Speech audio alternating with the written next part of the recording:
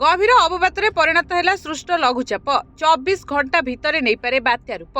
बंगोपसागर सृष्टि होइतिबा लघुचाप रविवार सकाळ 5:30 घनीभूत होई गभीर अवपात परिणत होइछि।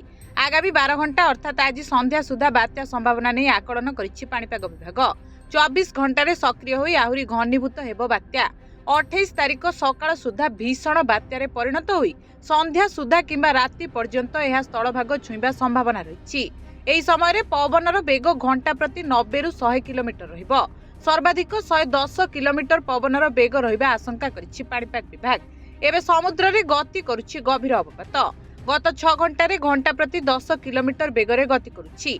एबे गोपालपुर ठारू 950 किलोमीटर दूर रे केंद्रीभूत होइतिबा बेले आंध्रर काकीनाडा ठारू 840 किलोमीटर दूर रे केंद्रीभूत होइछि बात्या मंथा, जहाँ 28 अक्टोबर सकाळ सुधा एक भयंकर घूर्णिझड़े परिणत होई पश्चिम केंद्रीय बंगोपसागर उपरे उत्तर पश्चिम दिगरे गति करिबो।